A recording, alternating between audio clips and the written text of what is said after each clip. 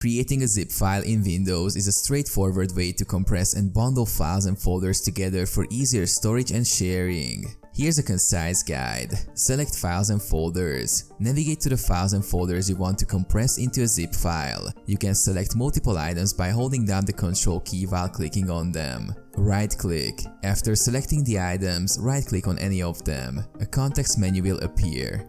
Choose Send To. In the context menu, hover over the Send To option and a sub-menu will appear. Select Compressed Folder. From the sub-menu, click on Compressed Folder. This action will create a new zip file with the default name based on the first item you selected.